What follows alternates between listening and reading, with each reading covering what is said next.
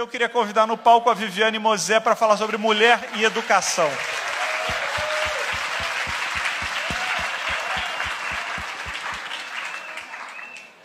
Bem-vinda.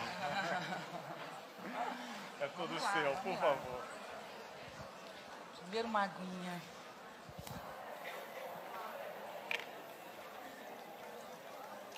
A clássica boca seca. Queridos e queridas, antes de tudo é um prazer estar nessa cidade que eu amo tanto, São Paulo. Bela cidade. É sempre um prazer estar aqui. Moro há 20 anos no Rio, sou capixaba, mas essa cidade muito, muito me faz bem, me alegra andar por essas ruas e essas pessoas tão maravilhosas. Eu tenho muitas coisas para falar e fiquei muito instigada com a conversa inicial. Eu tenho 48 anos, sou casada há 10 anos, vivo um casamento monogâmico. Quando eu era criança, eu fui criada para ser livre, sozinha e sem filhos. Vivi minha vida oprimida por essa liberdade que para mim foi insustentável. Eu acreditei piamente nessa liberdade. Você tem que trabalhar, ser independente, ter sua vida e viver sua vida, porque minha mãe não teve a dela e quis que nós tivéssemos a vida que ela não teve. Felizmente, aos 38 anos, eu mudei essa história com muita dificuldade e fui mãe aos 40. E eu vivo exatamente o oposto do que a gente estava conversando aqui antes. Eu vivo a liberdade de entender que liberdade é, de fato, uma palavra vazia. A vida não é livre e ninguém é livre, muito pelo contrário. O ser humano é feito de barreiras e limites. São os limites que nos potencializam. Por exemplo, uma hidrelétrica. Uma hidrelétrica é feita de um rio que corre. Se o rio apenas corre, ele apenas corre. Mas se o rio não pode correr, porque ele foi impedido por uma barreira, ele pode se potencializar em hidrelétrica. Então, a fidelidade é um acordo, não é moral, não é religioso, mas é um acordo que a mim muito me potencializa. Ser mãe e abrir mão de tantas coisas que eu abri na minha vida, talvez seja a coisa mais alegre e feliz da minha vida.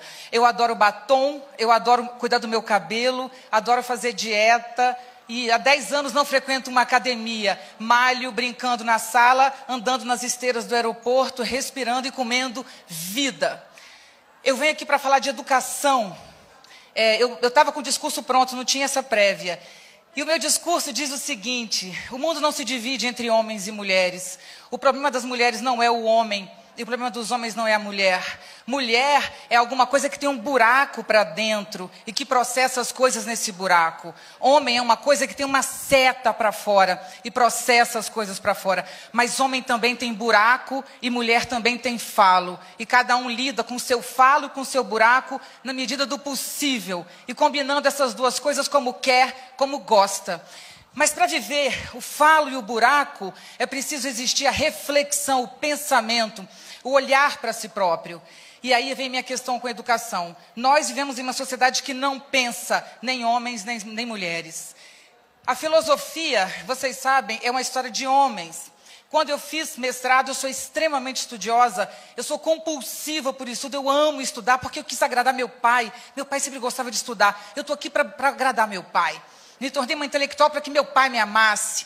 E aprendi com muito gosto essa coisa de estudar. Mas quando eu, a melhor aluna da minha universidade, fui fazer prova para professora numa grande universidade federal, para professor substituto, fiquei reprovada na entrevista, porque me acharam muito sensual. Você pode ser bonita, mas você não pode ser sensual se você quiser ser uma professora e uma pensadora. Ser gostosa não é ser magra e ter bunda dura e ter peito grande. Ser gostosa é ser sensual. E ser sensual é querer comer e ser comido pela vida, que é o que me caracteriza. Como pessoa...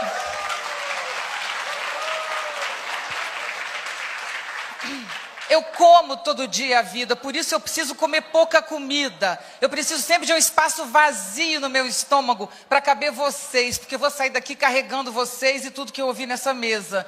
Então eu sou a favor do pouco alimento, eu sou a favor do alimento chamado comoção. Ontem eu escrevi uma coisa: eu sou movida a vapor de vida, eu sou uma locomovida. Eu sou uma locomovida, sou movida a vida, a vapor, a gente, a coisas, como as coisas, e sou o tempo todo comida por elas. Por isso que eu acho que eu sou gostosa. E muito. Agora eu vou ter que correr para falar do que eu ia falar, que não era isso. A diferença hoje... enfim, eu vou falar de educação para começar. Por que eu não pude passar numa prova? Porque mulher não pensa. Aí eu pensei, nos anos para cá, eu pensei, não é a mulher que não pensa. O ser humano não pensa. Então, minha questão não é mulher, minha questão é o ser humano. Isso me interessa profundamente. É isso que eu acho que a gente tem que acabar, porque discutir homem e mulher ainda é uma segmentação do discurso. O ser humano é meu problema. Bom, o que eu penso sobre isso? No Brasil, a diferença no IDEB, que é o Índice de Avaliação da Educação Básica, a diferença entre escolas particulares e públicas é de apenas 30%. As particulares são apenas 30% melhor do que as públicas, sendo que a escola particular já recebe uma criança que os pais são alfabetizados e os avós, uma criança que visita parques e museus, uma criança que sabe falar e não tem fome. A escola pública brasileira recebe crianças com fome, que estão expostas à violência, à bala perdida, filhos e netos de analfabetos. Então, a nossa escola particular é muito pior do que a nossa escola pública. Nossas lideranças são péssimas, nós formamos a nossa elite de uma maneira insuportavelmente sem pensamento. E isso a gente vê todo dia nos jornais, nas manchetes que você citou, o que vale. Ninguém pode comprar uma revista que em 8 minutos vai perder a barriguinha, ou uma revista que vai te ensinar a ser feliz. Então, nós somos uma cidade que não pensa. E a gente pode analisar isso de uma maneira rápida e curta, que é, no século XIX, ninguém tinha orgulho em estudar no Brasil, estudava na Europa medicina e direito. Nós somos, como vocês sabem, um país colonizado, um país explorado durante muito tempo. Ou explorado por outros países, Portugal ou outros países que nos exploraram, que eu não vou aqui expor essa parte menos óbvia, mas sempre fomos explorados. Depois por os nossos coronéis do café, do cacau, do açúcar, do leite. Mas, na década de 50, o Brasil começou a pensar, começou a exercer cidadania. E nós tínhamos uma escola pública de qualidade, com filosofia, com sociologia, com história. Nós tínhamos um ensino médio, que era chamado, por exemplo, de clássico, onde você estudava latim, onde você estudava francês e espanhol. Acontece que essa escola era uma escola elitista. No 4º ano você tinha que fazer vestibular para ir para o 5º. Era admissão. Era uma escola ótima, mas era uma escola para poucos.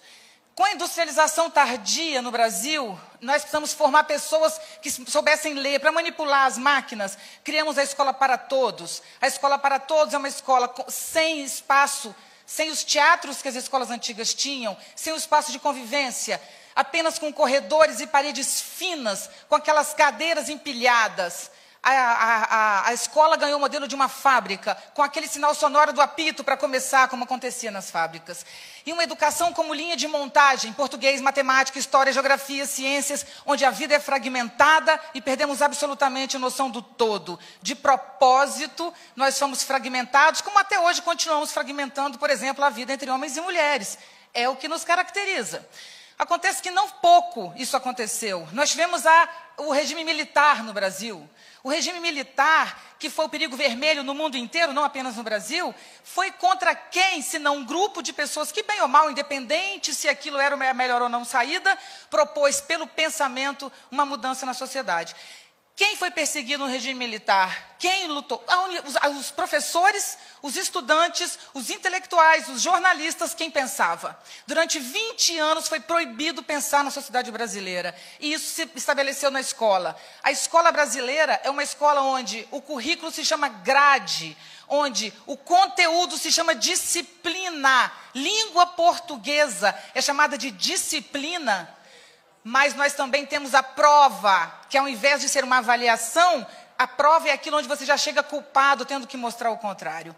A escola brasileira é uma escola que produz e reproduz passividades.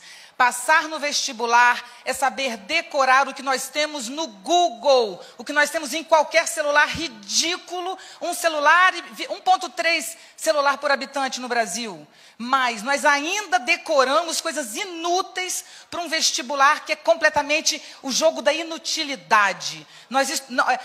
As coisas importantes que aprendemos na vida não foram na escola, foram nos corredores, foi brincando com os amigos. Um amigo diz para você, lê Simone de Beauvoir, outro diz, lê Nietzsche.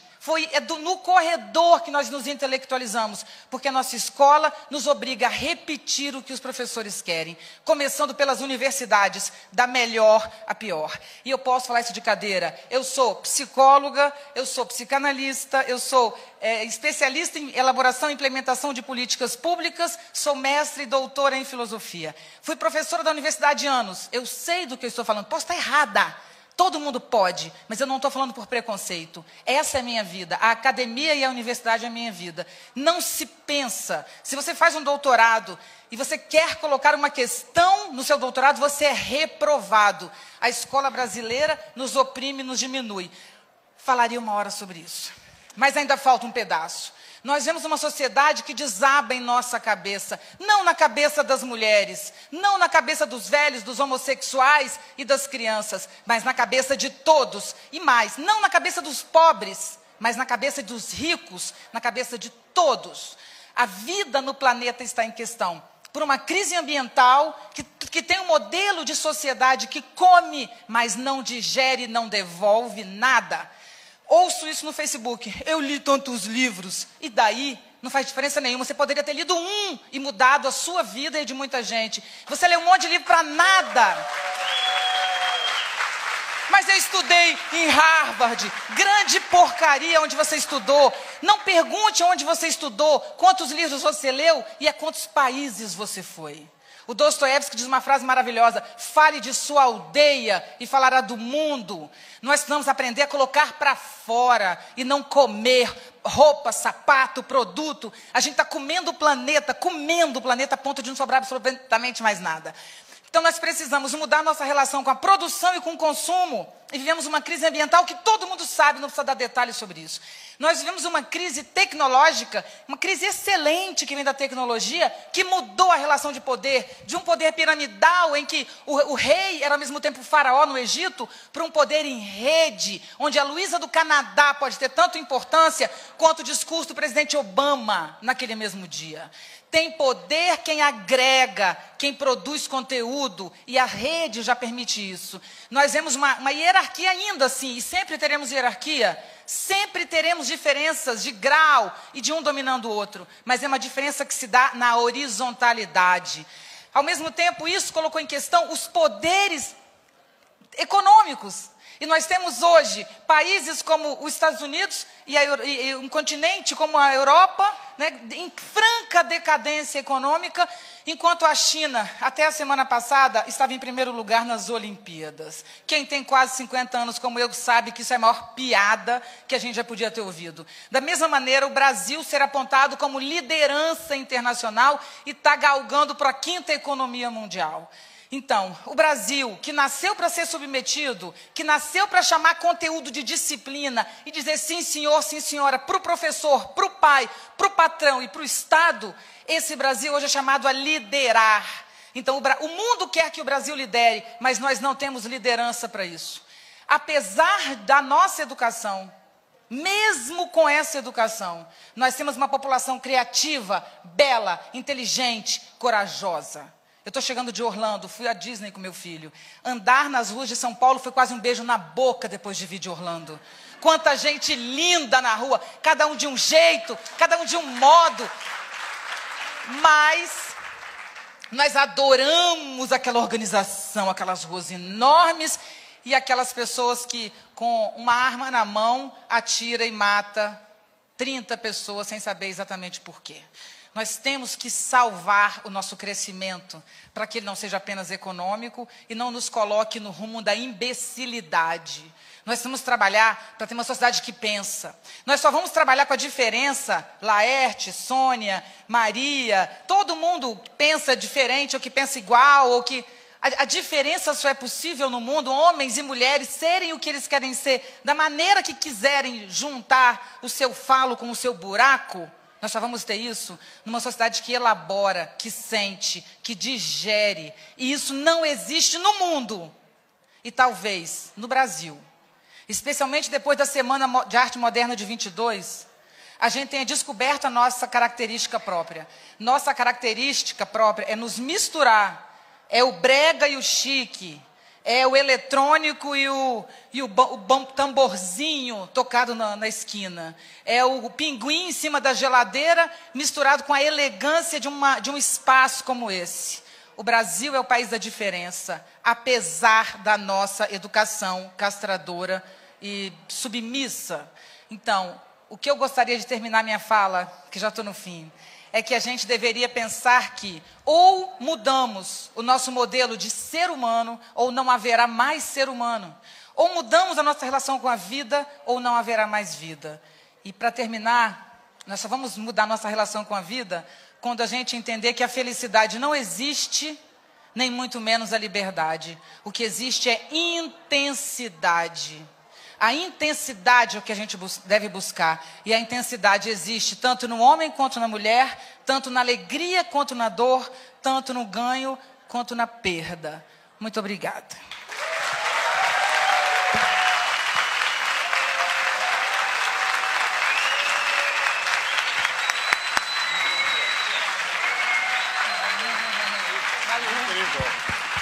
Viviane Moser.